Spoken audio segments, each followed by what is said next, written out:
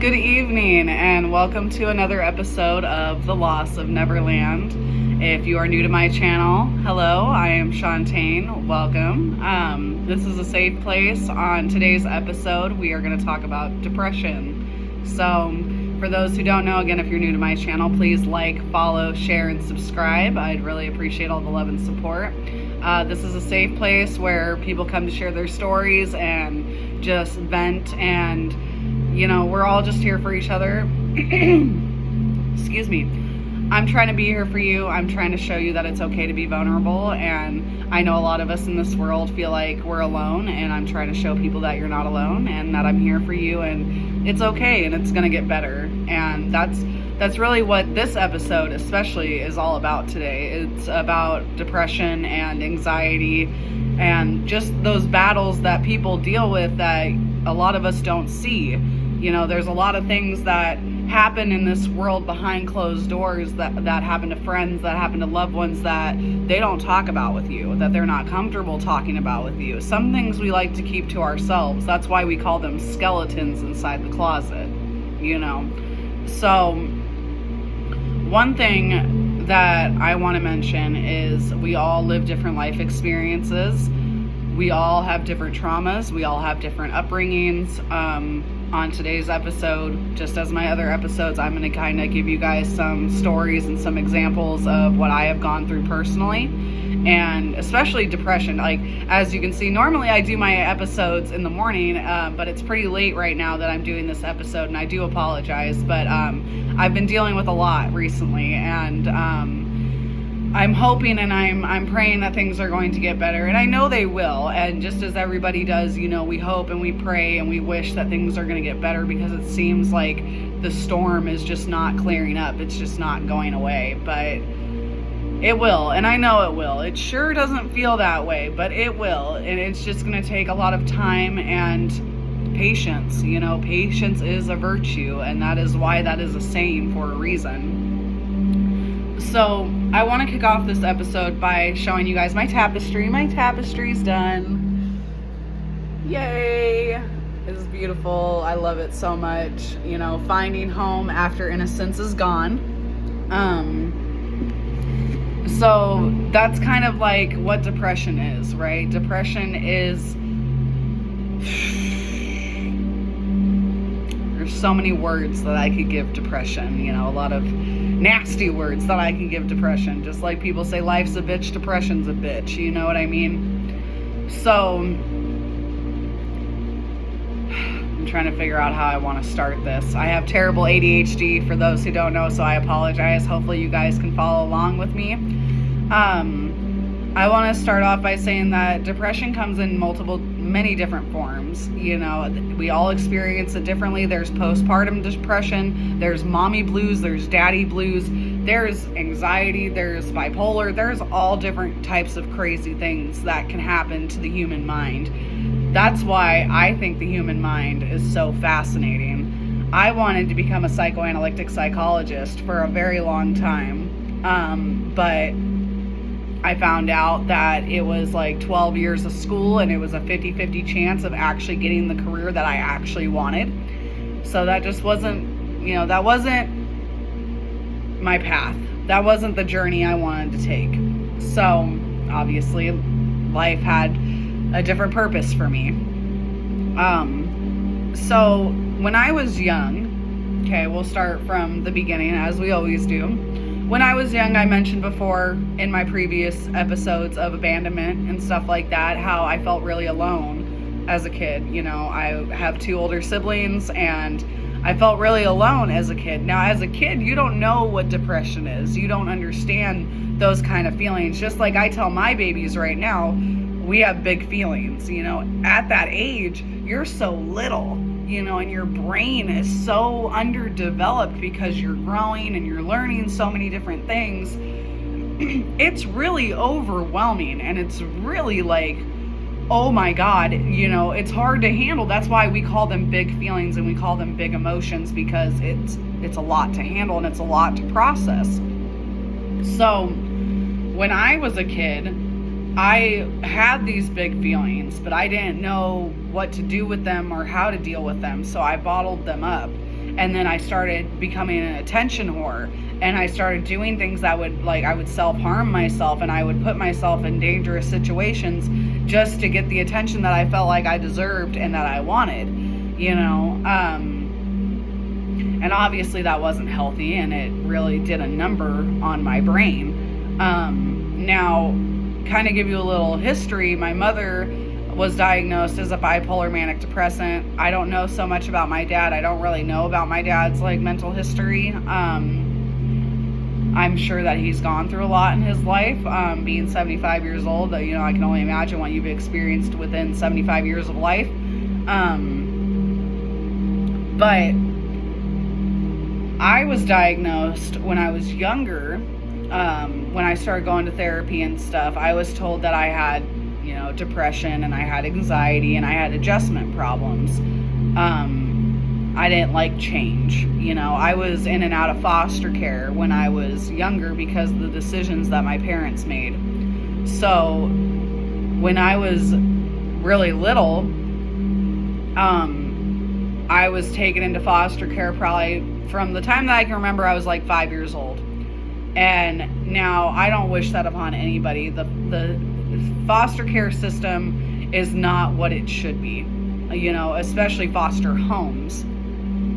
I got to experience a lot of different people. I got to experience a lot of different rules and regulations and different children, and, you know, you can only imagine what I went through. Now, my biggest thing, just like I was telling my mother today as I was talking to her about how I'm so worried about my babies, because I have 2 children myself. They're 11 months and 24 days apart. They might as well be twins. And some of you guys have probably seen them on my shorts. I have a little boy and a little girl, but they're inseparable. They've always been that way ever since my daughter was born. My son's always been, like, latched onto her. Like, so now that my son is starting kindergarten, I'm worried that he's gonna have that separation anxiety from her because she has to stay in daycare and he has to go to kindergarten, and I'm worried that they're gonna get depressed because they won't have each other like that, you know. But I had to remind myself that when I was a kid, my circumstances were different. Me and my sisters went to foster care all together all the time, and we always went to the same foster home all together all at the same time, mainly because my sister Ashley, my oldest sister, demanded that I wasn't separated from them. Like, even though our age gap was such a big gap, my sisters didn't want me left behind. Well, unfortunately, as the years went on and we got older, when we went into foster care, like the 4th or 5th time, I was too young to go with them. So they had, like, I want to say my sister Ashley she was under 18, I know that. So she was like 17. Yeah, because I was like 11. 11 or 12. So she was like 17. And my other sister was like 14. So they were in the same teenagers, you know, they were teenagers, so they could go together and they could be in the same unit together.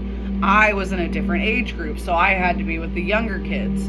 And that separation anxiety and that depression was, oh my God, that was so real, and it was so scary, and it was traumatic, you know. It was very traumatic for me, and the things that I saw and the things that I dealt with being on my own in that foster care, granted, it was only for like a few weeks, it was still a lot, and I saw a lot of things that really, you know, screwed up my head, like, but it also made me realize how different we are in this world and how many different life experiences that people go through. There was a little girl in there. Now, this isn't necessarily my story to tell, but I will tell you what I witnessed myself, and it was very traumatic for me. I can only imagine what, you know, was going on through her head. This was the day that I got picked up from foster care, that, you know, it was time for us to go home. I was going to reunite with my sisters, whatever. I was in this room with 4 other girls, okay? So there was 5 of us. No, excuse me, there was 6 of us, because there was 2 to a bed, and there was a bunk bed in each corner of the room. So I believe I was on the bottom bunk with this one girl, and the girl, my bunkie, she was having a mental breakdown. I can't remember specifically what was going on. This was so long ago.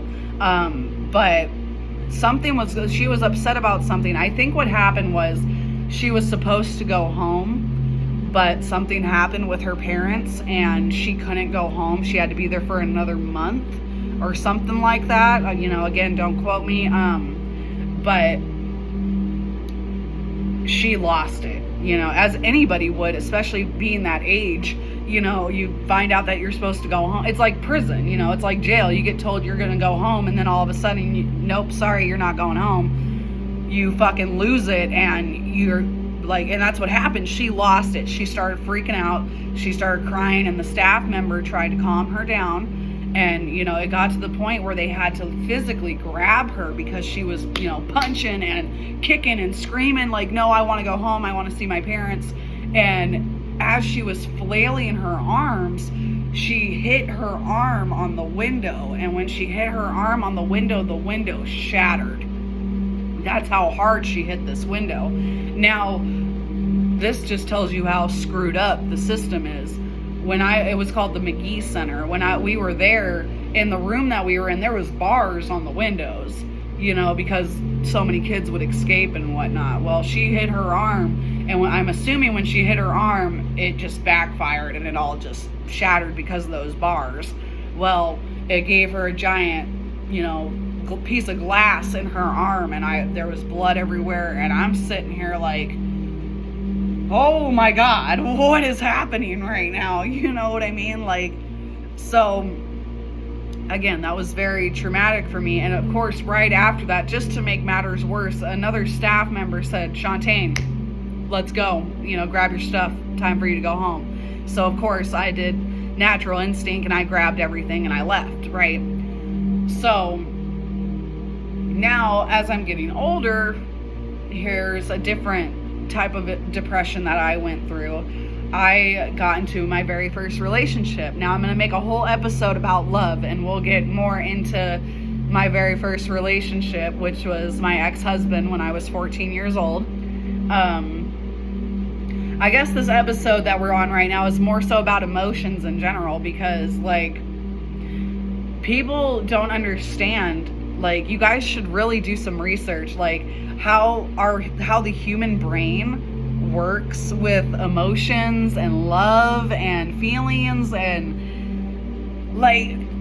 we can move our limbs. The human brain is so fascinating. We are so different, each and every one of us, and I think it's just phenomenal. I think it's so fascinating. It's amazing to me.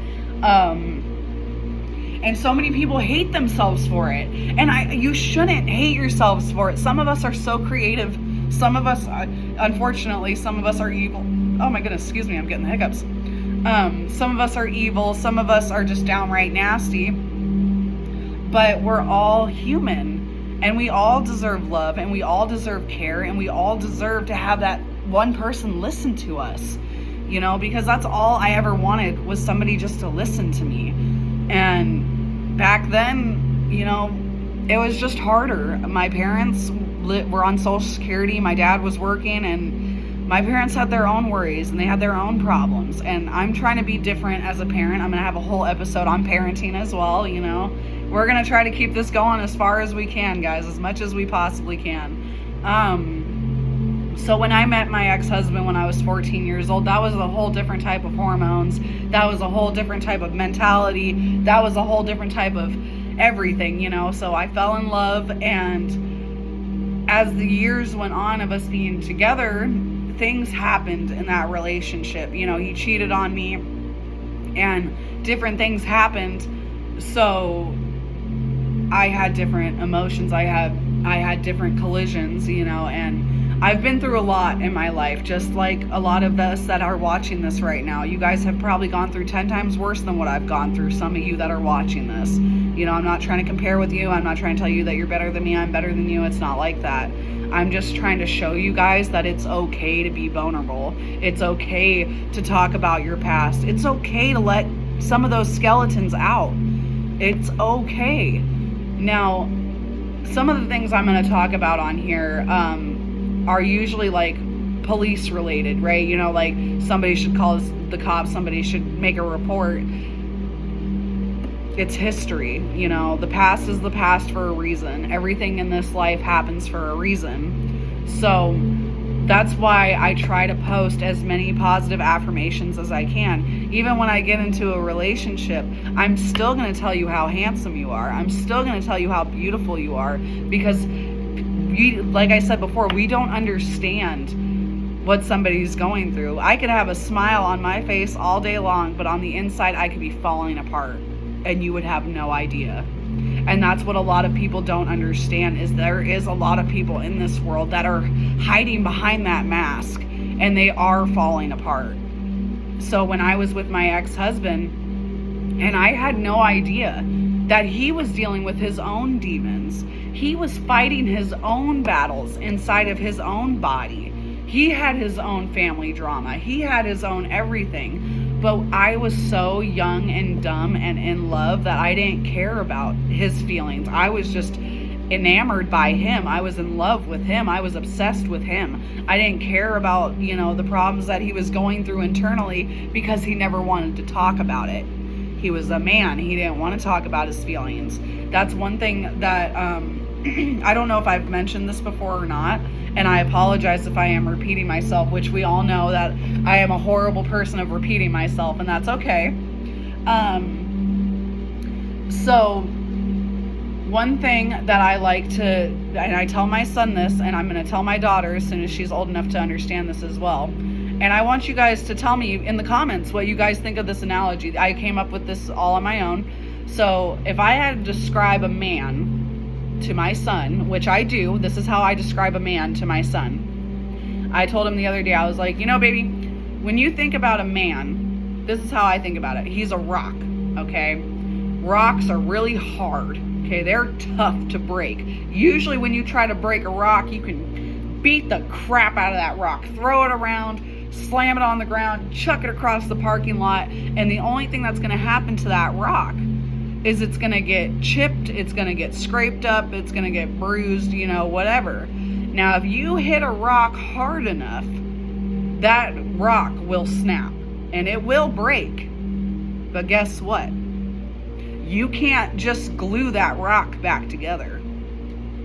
That's why men and women are different, because I feel like men are built different. When you break a man, it is so much harder for a man to come back to that. How are they supposed to come back from something so traumatic? You know, that's why a lot of men are assholes. That's why they're dicks. You know, that's why they treat people a certain way, because they've gone through so much in their life, or somebody has treated them some type of way and it wasn't okay. You know what I mean? So it's all about perspective. So that's how I would describe a man. When you break them, you can't just glue them back together, okay? And they're all chipped up and bruised up, but you can still love that rock. It's still a rock. You know, it now just because it's broken doesn't mean it's not a rock. It's still a rock, and it's still that whole rock. No matter how many pieces that rock is in, it's still a rock. Now, when it comes to a woman, this is how I like to describe women. Women are strong. Yes, we are. We go through childbirth, we go through periods, you know, we bleed for 7 days and we survive. You know what I mean? Like, we are strong, independent people. But for a woman, I say that we are flowers, because flowers are strong. They can go through all, you know, elements of the weather. Some of them can anyways. So flowers like to bloom, right? Flowers are beautiful. You have to be gentle with a flower. They have thorns. They can be very pokey and spicy, you know, whatever, however you want to put it. Now you can pluck those petals from that flower. Okay, you can pluck all them petals. You could stomp on that flower. You could do whatever you want to that flower. You could even rip it out of the ground. But the thing about a flower, and now I'm sure some of you guys in the comments will tell me that, oh, well, a flower is a terrible analogy because, you know, if you rip the roots out, it won't grow back. Well, not necessarily. Some flowers leave seeds behind. And I personally, in my personal opinion, as a woman, as a flower, if you stomp on that flower, you rip out the petals, all you have to do is water it. All you have to do is love it. All you have to do is take care of it. And we will grow back. We will heal. We will repair. We will nurture. That's why we are women, because we are natural nurturers. We are men, and we're all different. Not all women are the same. Not all men are the same. Some men are more softer than others. Some women are more masculine than others, such as myself. That's why I have this tattoo of a lioness, because I have gone through so much in my life. And a lioness can survive by herself. She doesn't need a man. She doesn't need anything or anybody to take care of her babies.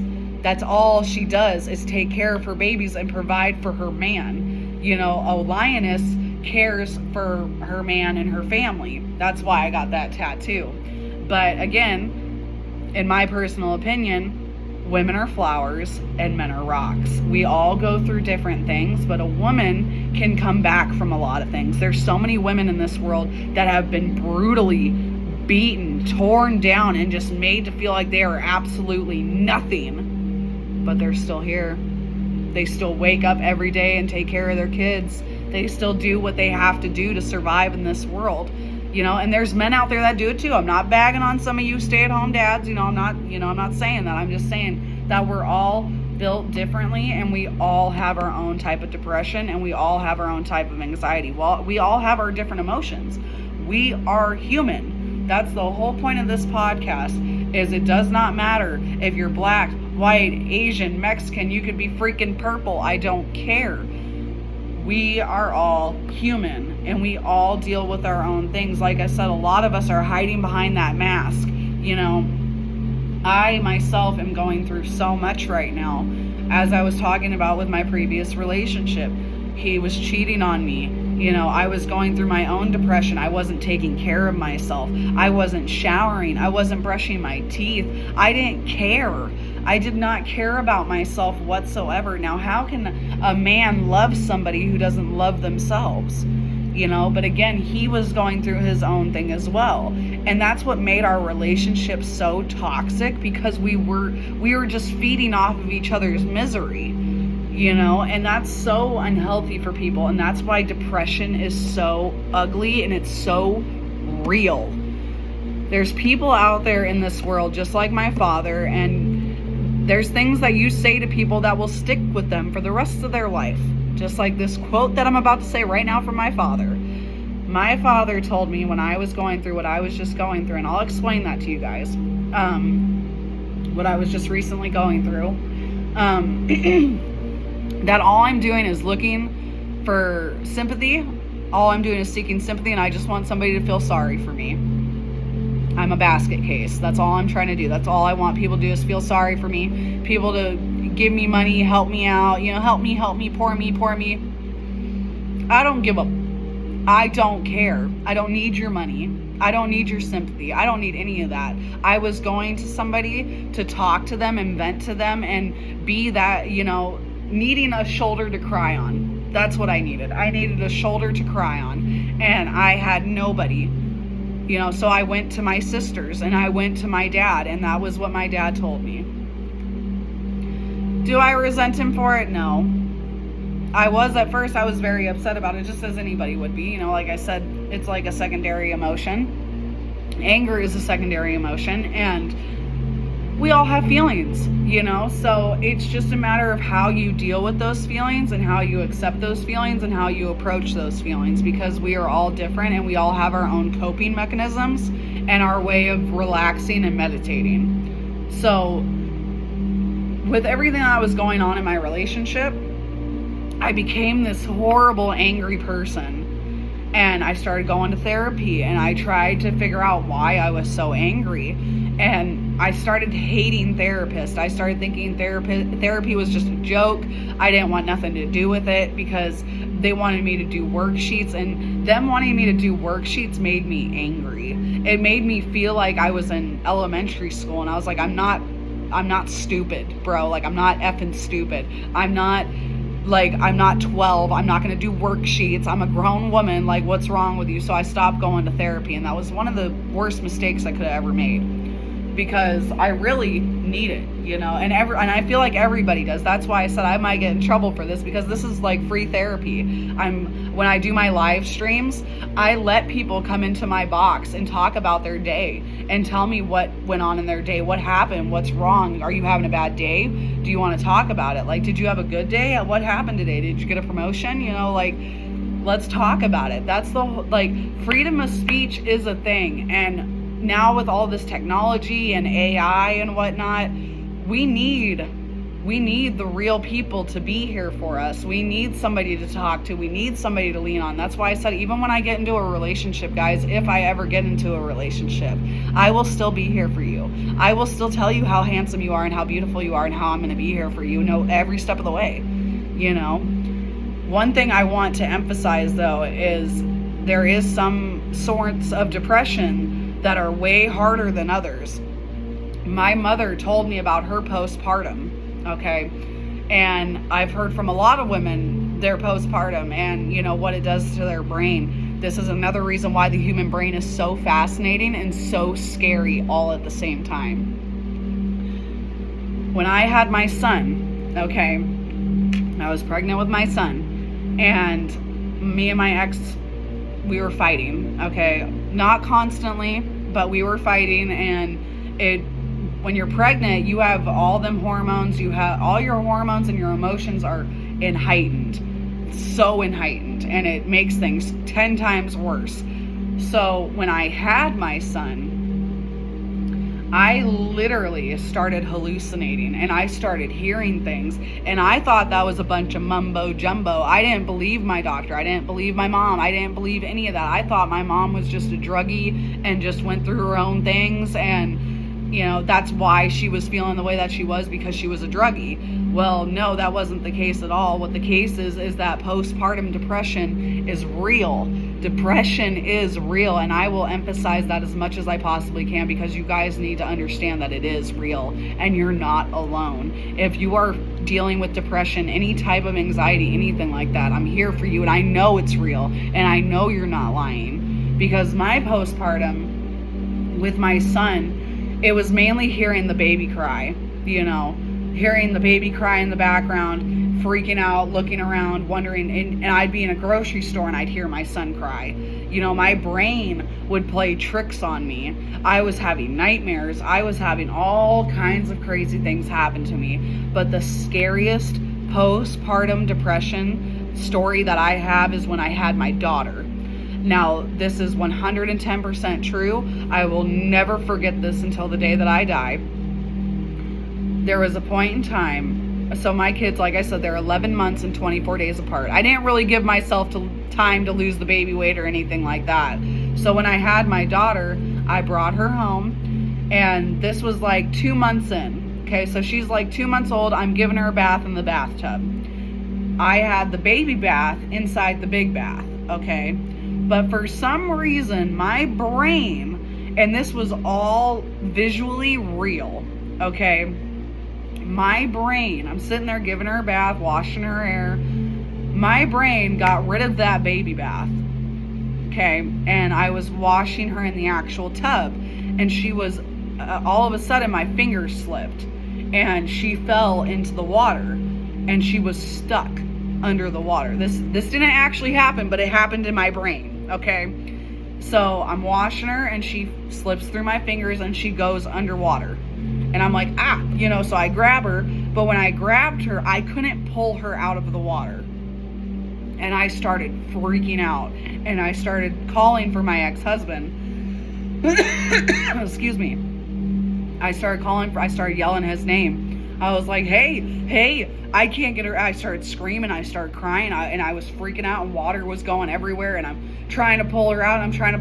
And next thing I know, my husband at the time grabbed my shoulders and pulled me back and grabbed my face, and he's like, "What are you doing? What's the matter? What's wrong?" And I'm like, Get her out of the tub. Get her out of the tub. What are you doing?" And he's like, "She's fine. What are you talking about?" And I look over, and she's just sitting there looking at me like I'm crazy. And I instantly bursted into tears. I thought I was going insane. I was like, oh my God, she was underwater. She was drowning. He's like, her hair's not even wet. What are you talking about? Like, I walked out of the room. I started crying. I was pacing back and forth. I couldn't believe what I had just witnessed wasn't even real. You know, like, it was the most scariest thing had ever experienced. I couldn't believe that didn't actually happen. It was all in my head. And me and my ex-husband talked about it for hours. And he was starting to get concerned, and he was like, I'm starting to feel like you might need help, you know, because you're starting to see things, you're hearing things, like, what is going on with you? And now, sleep deprivation was one hell of a thing too. And that happens a lot, and it doesn't help with the postpartum when you have sleep deprivation. Depression in general, when you have sleep deprivation, that it just heightens your depression and it makes it so much worse. That's why I was saying there's other forms of depression. There's people, which I have experienced this as well, and I'll get into that. There's people that'll be bedridden and won't leave their bed. They can't even get out of bed because they are just so depressed and they just don't know what to do. So we're going to fast forward now that we've talked about the postpartum depression. Like I said, there's such thing as daddy blues too. My ex-husband is an amazing father. As much smack as I talk about my ex-husband, that is one thing I could never deny, is that he is an amazing father, and he will do whatever he will for those babies, you know, for our children.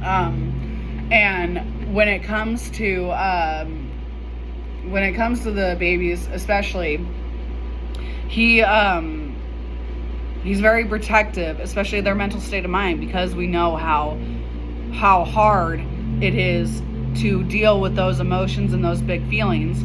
So he would have those moments where he'd have to go off and he would just start crying for absolutely no reason, because sleep deprivation, he felt like he wasn't being good enough as a father. You know, I'm sorry guys, I have such bad allergies. Ugh, my nose is itching, I'm coughing, I'm so sorry. We all go through it. That's all that I'm getting at, is we all go through different sorts of depression. So now we're going to fast forward to what I've been going through recently. So I myself recently, personally, I just went on vacation to go back home to Reno. I live in South Dakota currently, and I was born and raised in Reno, Nevada. So I went back home in June to go visit family. And I did this once before. I did this last year, okay? And what really kicked off my depression, the whole reason why I went on vacation, was because I used to be a mail carrier. And for those who don't know, I've had 2 open heart surgeries, okay? And I have a pacemaker. So I was a mail carrier, and in February, I got laid off. And during my layoff process, I found out that, hey, you know, you're walking 15 to 20 miles a day. You're putting a lot of strain and, you know, stress on your heart. You should really, you know, find a different career. I think instead of going back to the post office, you should find a different career. And I believe that everything happens in this world for a reason. So I got a new job, and I love where I am. I think it's a great fit. It's definitely different for me. It's something I've never done before, and I'm a little out of my comfort zone, but that's okay. I'm a dietary aide / cashier, so I work at my heart hospital, ironically. But back to what I was getting at, I fell into a horrible depression when I lost the post office. That I loved my job. When I got laid off, I was out of work for over a month. So I was extremely behind on my bills. I still am behind on my bills. I missed a whole month of rent. I couldn't pay any of my bills. I had no food in my fridge. I didn't even know how I was going to feed and take care of my kids. Like, it was bad. It was really bad. And thankfully, a month later, I got my job, and I started getting back on my feet and whatnot. So in June, I told myself, I was like, well, I need to get out of this depression. I need to go on vacation. I need to, you know, perk myself up, because what happened when I lost the post office, just as I was mentioning earlier, I slept on my couch for 4 days straight. And those 4 days went by like it was nothing. Like, I didn't even eat. I just got up to go to the bathroom and maybe snack on some chips. But I stayed and I resonated on that couch for 4 days. I didn't shower, didn't brush my teeth, didn't do anything because I was so depressed. I had no motivation. I couldn't do anything, and I didn't want to do anything. I didn't care. I said, screw it. Who cares? I'm not impressing nobody. So finally I shoved my foot up my butt and I was like, let's move it. Because there's a point in time where you get tired of your own shit. Sorry, I'm trying to censor myself as much as I can. I'm a sailor, but there's a point in time where you get tired of your own shit, and I was sick of it. I was like, I need to find a job. I can't just sit here. I have to find a job. So I found a job, got the job, and then I was like, you know what? I need to treat myself. I need to go on vacation. I want to, make myself feel better. So I went on vacation, and as I was mentioning earlier, I did this last year. I went on vacation to go see my dad for Father's Day, to make amends, to apologize to my dad, and and it was the best time that me and my dad have had in 29 years of my life. Like, and I should have left it at that. I should have just left it at that, but I wanted to spoil myself and I wanted to go on vacation, and I did that. Well, my very first day of vacation, I got stuck in my elevator in my hotel. My very first day. So there was that. My very first day, me and my dad were arguing. We were fighting. I was like, are you serious? My entire vacation turned out to be the complete opposite of what I wanted it to be. Okay? Which sucked. But it is what it is. So I still had a good time. I still got to see my sister. I got to see my nephew. I hadn't seen my nephew in over 10 years. It was great. I went swimming. I did all that. Some of my streamers, some people who are watching this know exactly what I'm talking about because you guys saw me streaming when I was on vacation. But this is exactly the perfect example of what I'm talking about, but by hiding behind a mask. Because a lot of you guys don't know what I'm going through. Well, I'm about to tell you. So, going on vacation, I was supposed to have everything already paid for when I got there. Well, when I got there, technically, supposedly, my hotel wasn't fully paid for. So I had to pay $300 for my hotel. And that took away my rent money. So now I was even more behind on my bills. Thankfully, my dad did help me out and he gave me $200 to go back home. Well, when I went back home, I was supposed to have one flight home. Well, I ended up having to take 3 flights home because my flights were delayed, flights were changed, there was storming in certain areas. So I had to take a plane from Reno to Los Angeles to Denver, and then Denver to South Dakota. So when I got home at, oh my God, it was so late at night when I got home. I was on a plane for like 12 hours. So the first thing I did when I got home was I ripped everything off. I ripped all my stuff off, and I was like, all right, let me take a shower. I took a shower, and I went to go to bed. And when I went to go to bed, I pulled over my sheet to crawl into bed, and my bed was infested with bed bugs. Now, I personally have never dealt with bed bugs before, ever in my entire life. So I don't like bugs. I don't like bugs. I'm a total female when it comes to bugs, so I ran out of my apartment screaming and crying. These were the biggest, nastiest bugs I think I've ever seen in my life. I called my landlord. I blew my landlord up. I was calling her over and over and over again, complaining, and she wouldn't answer, of course, because this was the middle of the night. But, and again, some of you guys know this as well. I slept in my car that night because I refused to come home. I was so scared. I was so depressed. I was like, what is happening to me? So I broke down in tears and I sat in my car. I started streaming, and a couple of you guys really helped me through it. I was really going through it, and I was so scared, and I felt like my life was falling apart. And, finally I sucked it up. And I came home and I threw everything away. I threw everything away. I started steam cleaning. I cleaned. I did everything that I possibly could to get rid of these fucking bugs. And yeah, so I have nothing right now. And I have a beater for a car. So my car, I've put over $5,000 into my car.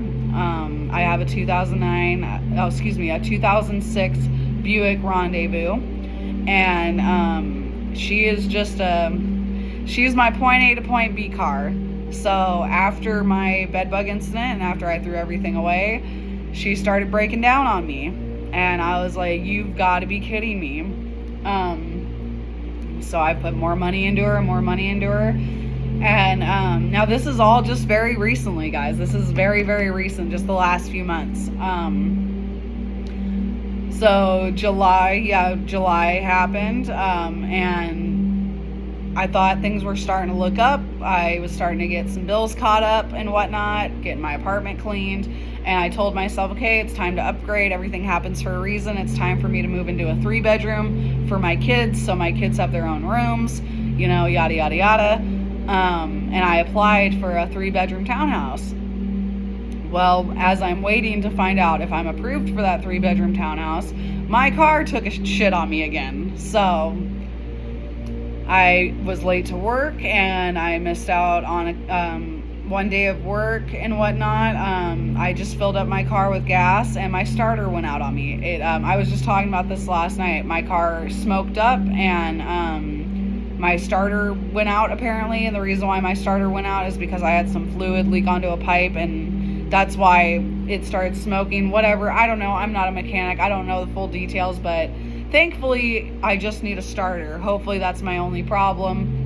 And I will be getting that fixed this weekend. My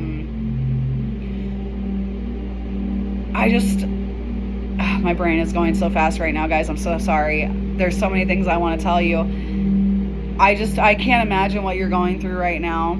I can't imagine what any of you are going through right now. But I want you to know that if you really think about it, somebody is going through 10 times worse than what you're going through right now. My lease is up September 1st, and I still have yet to find out if I'm approved for my townhouse. So I'm probably gonna not have a place for a little bit, and I've already established that I don't want to have a place for at least a month, because I need to get caught up on my bills. So I'm taking the whole month of September of not paying rent and not doing anything and just getting caught up on my bills. And then hopefully October 1st, I'll move into this townhouse and be able to start over, and I've started over so many times. And that's why I cannot emphasize enough how hard depression is and how real it is, because there's just things in this world that people can't come back from, and it's hard. And like I said earlier, there's things in this world, even especially as a very, very young child, there's things that people have said to you that will stick with you for the rest of your life. No matter how, you've probably heard the term, fuck you're sorry. It doesn't matter how many times you say sorry. Sorry won't clean up the milk that's been spilt. You still have to clean up the milk. You can't cry over spilt milk, however, you want to put it. There's just things that you can't come back from. But what you can do is you can push through it and understand that the past is the past, and everything in this world happens for a reason. I procrastinated starting this podcast for 2 years because I was so scared about all the hate and the trolls and just the ignorant comments that people would give me. I had a girl in my stream last night, and she was just trying to talk down to me, and I was so surprised, and I was like, I wasn't like engaging with her too much. I was trying to get her to understand that she wasn't affecting me, but I was just trying to understand why she was doing it. And I tried to ask her, I was like, do you feel some type of way? Is that why you come into people's streams and you try to degrade them? Like, she called me Cellulite Sally because I have a mom bod. I got big thighs. I'm a thicker girl. I'm not as big as some women. Not that I'm hating on bigger women. We're all beautiful. But it's just ignorant to me that somebody wants to come into somebody's live stream and try to tear them down and make them feel like they are nothing for absolutely no reason. You know, she was talking, like I said, she called me Cellulite Sally. She's like, I'm blonde, I'm a 00, I'm this, I'm that. And I was like, okay, that's awesome. Like, I'm sorry I'm not into women, you know, and that's the biggest thing that people need to learn how to do is kill those people with kindness. You know, I was talking all last night, screw them haters. Let them drink that haterade. I'm going to sit here with a smile on my face. I'm going to spread all the love and positivity and good, respectful energy in this hateful world. I want you guys to do the same thing. Please, please, please, please like this video, share this video, tell your friends about it. Tell your friends that there is a safe place for you to go to. There is a place for you to vent and feel vulnerable and talk about your deepest, darkest secrets with me. I'm not going to tell anybody. What reason do I have to tell anybody anything? If there's something that you don't want made live and made public, like what I'm doing, I won't do that to you. You can personally message me and you can talk to me. I may not be able to help you the way that you want me to, like physically, financially, but I will be your shoulder to cry on. I will be there for you. I will tell you, I'm so sorry you're going through what you're going through, but it is going to get better. It's going to be okay. You're beautiful. You're handsome. Screw what these people tell you. If you like the way that you are, why change it?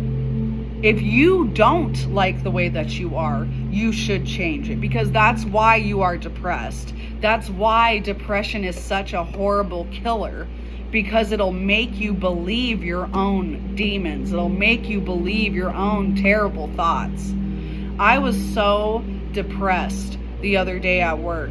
This was just yesterday, actually. I was so depressed at work about my car. I didn't know what was going on with my car. I was so scared that I was going to have to junk it and I was going to have to go buy another new car. And I don't have the money for that. I live paycheck to paycheck. There's no food in my fridge. I've showed you guys before, there's nothing in my apartment. I sleep on a blow-up couch. You know what I mean? Like, I'm going through it. Yes, there's people that are going through it 10 times worse than what I am. But you know what happened to me yesterday?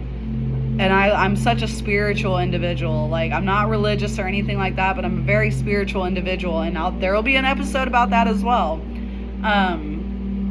That I was at work and I was fighting my own demons. I went to go get a soda pop from the fountain, and I found this on the floor. And I don't know if you guys have seen this in my videos or not, but I found this on the floor. Oh, sorry. So if you can't read that, that says Guardian Angel. And I found this on the floor. And I told myself that I was going to keep this forever. It says, sent to watch over you.